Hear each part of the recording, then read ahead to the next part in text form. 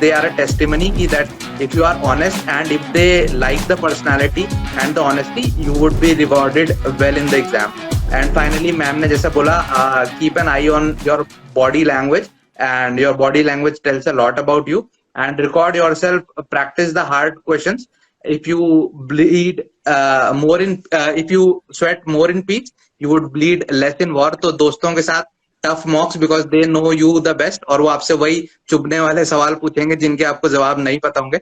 Ma'am, एक और चीज जो इंटरव्यू से भी ज्यादा काफी लोगों को परेशान करती है, स्पेशली सीएपीएफ के वो एस्पिरेंट्स जो डिफेंस बैकग्राउंड से आके सीएपीएफ में अपीयर होते हैं, वो है सीएपीएफ का पेपर 2। बिकॉज अभी तक क्या सबको गोले भरने के, उनको बस ओएमआर भरने की आदत होती है, और यहाँ पूरे फिर आंसर लिखने पड़ जाते हैं। तो मैम, इसकी क्या अप्रोच होनी चाहिए एक ब्रॉड सीएपीएफ के पेपर 2 को लेके? यार, पेपर 2 के अंदर बेसिकली जो सबसे बड़ा जो 60% शेयर, लायंस शेयर जिसका है, वो है एसे का। अगर आपका एसे क्लियर आपने लिख दिए हैं 4, तो मेंटली भी और थोड़ा सा मार्क्स में भी आप रिलेटिवली आप पहुंच गए हो वहां पे कि आपने क्लियर कर दिया है मोस्टली। तो ऐसे को लेके I would say one thing कि ऐसे जो होता है ना, वो इट्स नॉट एक दिन का काम नहीं होता है।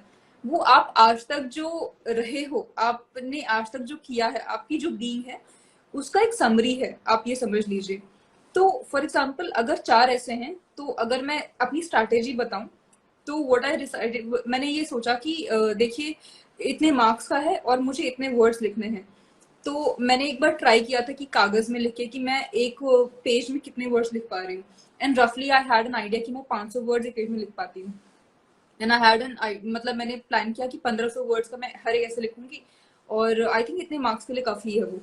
तो 3 पेज मतलब, राइट। तो व्हाट आई डिड वाज कि 4 ऐसे थे, तो मैंने चारों की हेडलाइन लिखी, 3 पेज छोड़े, हेडलाइन 3 पेज छोड़े, एंड मैंने पहले चारों का स्टार्टिंग एंड एंडिंग चारों की लिख दी मैंने, कि आखिरी स्टार्टिंग कोटेशन, आखिरी कोटेशन।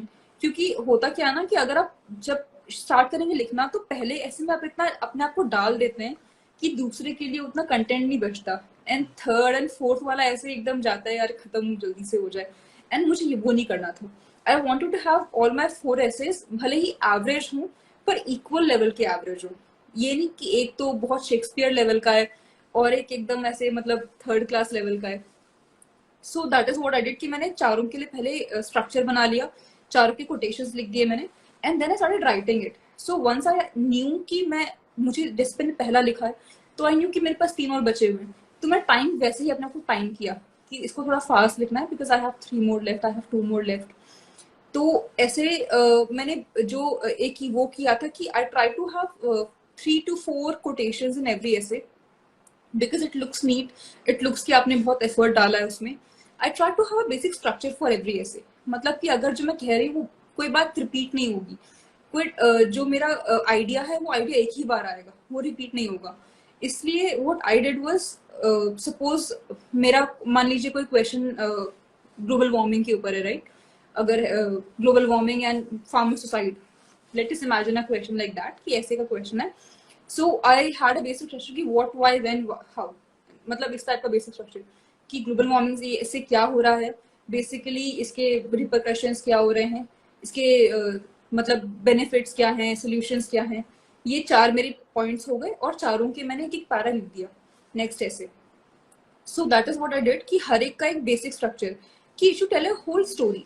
एक पूरी जो पढ़ने वाला है उसको एक कोहेरेंट कहानी समझ में आनी चाहिए, ऐसे ऐसे होना चाहिए, राइट।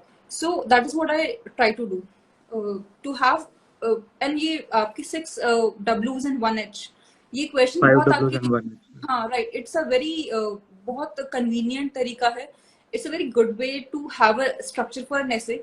जो यूजुअली ऐसी एस्पिरेंट्स के अंदर स्ट्रक्चर मिसिंग होता है, दे ट्राई टू हैव एक ब्रॉड आइडिया है, उसी को रिपीट करते रहते हैं बार बार, इंट्रोडक्शन से लेके कंक्लूजन तक वही चीज घूमती रहती है।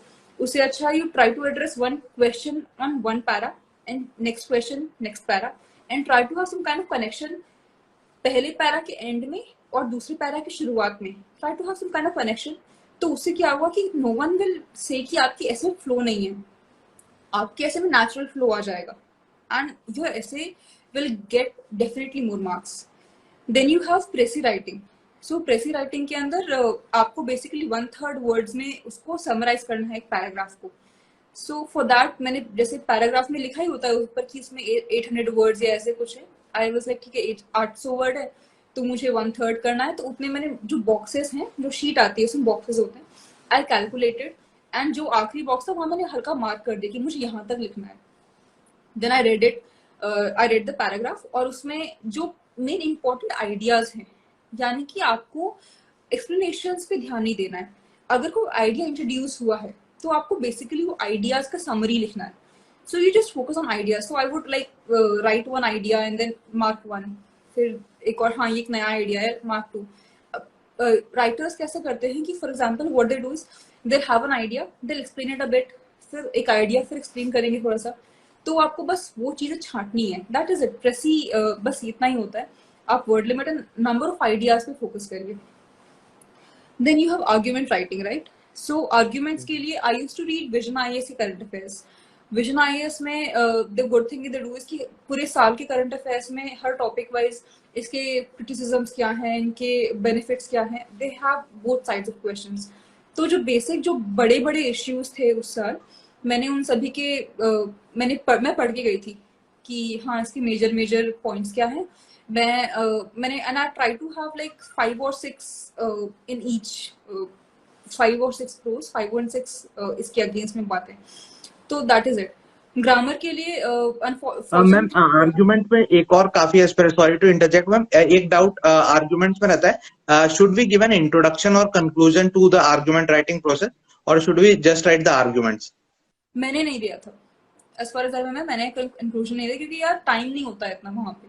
आपके पास 4 ऐसे के बाद इतना सारा क्वेश्चन लिखने के बाद ना आपके पास there is not even a single extra moment time. So what I did was just जो बेसिक बेसिक मिनिमम रिक्वायर्ड है मैंने पहले वो लिख दिया ना, थॉट कि अगर बाद में टाइम बचा मेरे पास तो मे बी मैं कुछ इसमें और फ्लरिश करूं, बट टाइम बिल्कुल नहीं बचा मेरे पास लास्ट तक, till I finish all the questions. तो मैंने नहीं लिखा था। मे बी लिखें तो शायद थोड़े एक्स्ट्रा मार्क्स मिल जाए अगर टाइम है किसी के पास, गो अहेड। बट वो मैम आपने बहुत सही बोली कि पैरामाउंट इंपॉर्टेंस की चीज है कि पेपर कंप्लीट हो सीएपीएफ या पेपर 2 का, एग्जैक्टली, वो काफी लोगों का छूट जाता है।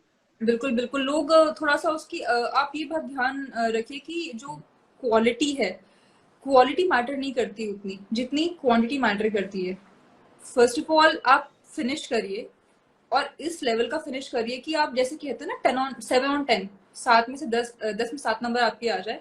9.5 on 10 लाने का ट्राई करेंगे तो आपके बाकी के छूट जाएंगे। तो एक एवरेज लेके चलिए और पेपर फिनिश करिए, और आई गारंटी, मतलब मुझे नहीं लगता कि कोई बहुत इतना फास्ट लिखेगा विद दैट काइंड ऑफ इतना सोचना एंड एवरीथिंग कि उसके पास बहुत टाइम बच भी जाएगा इसके बाद, उसका आपका टाइम उतने में ही खत्म हो जाता है।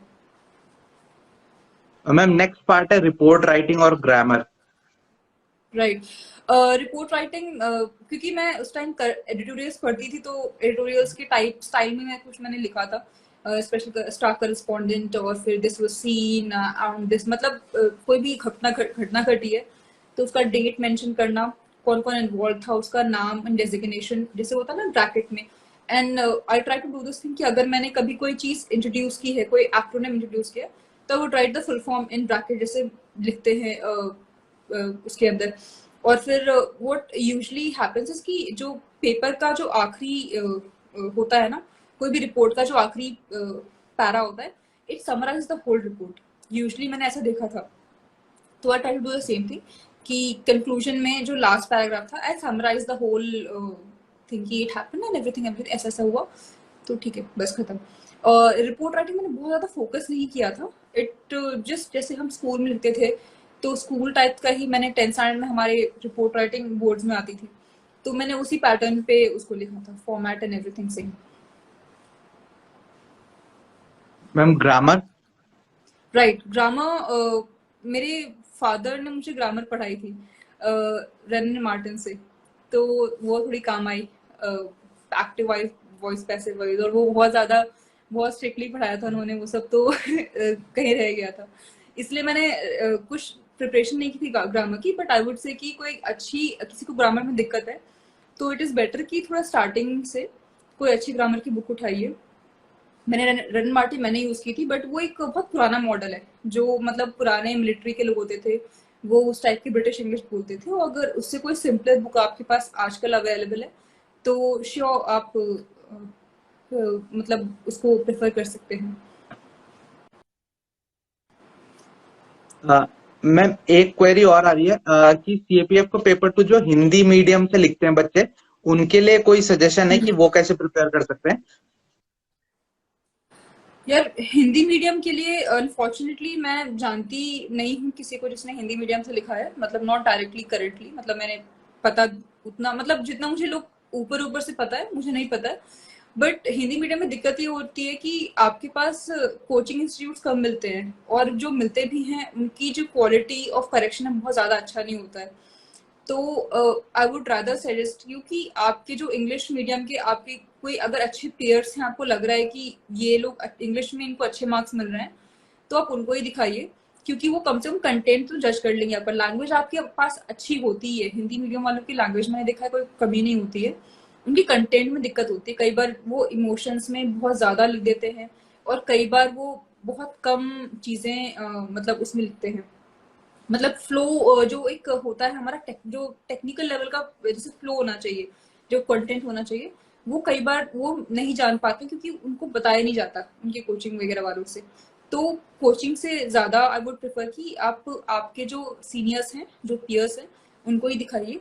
वो आपको ज्यादा अच्छे से गाइड कर पाएंगे कि आपका ऐसे या आपका रिपोर्ट जो है डज इट मेक सेंस और उसमें क्या गलतियां हैं। मैम एक पेपर टू को लेकर लास्ट सवाल आया है कि रिपोर्ट राइटिंग में मैम सोर्स मेंशन करना जरूरी है या इट कैन बी स्किप?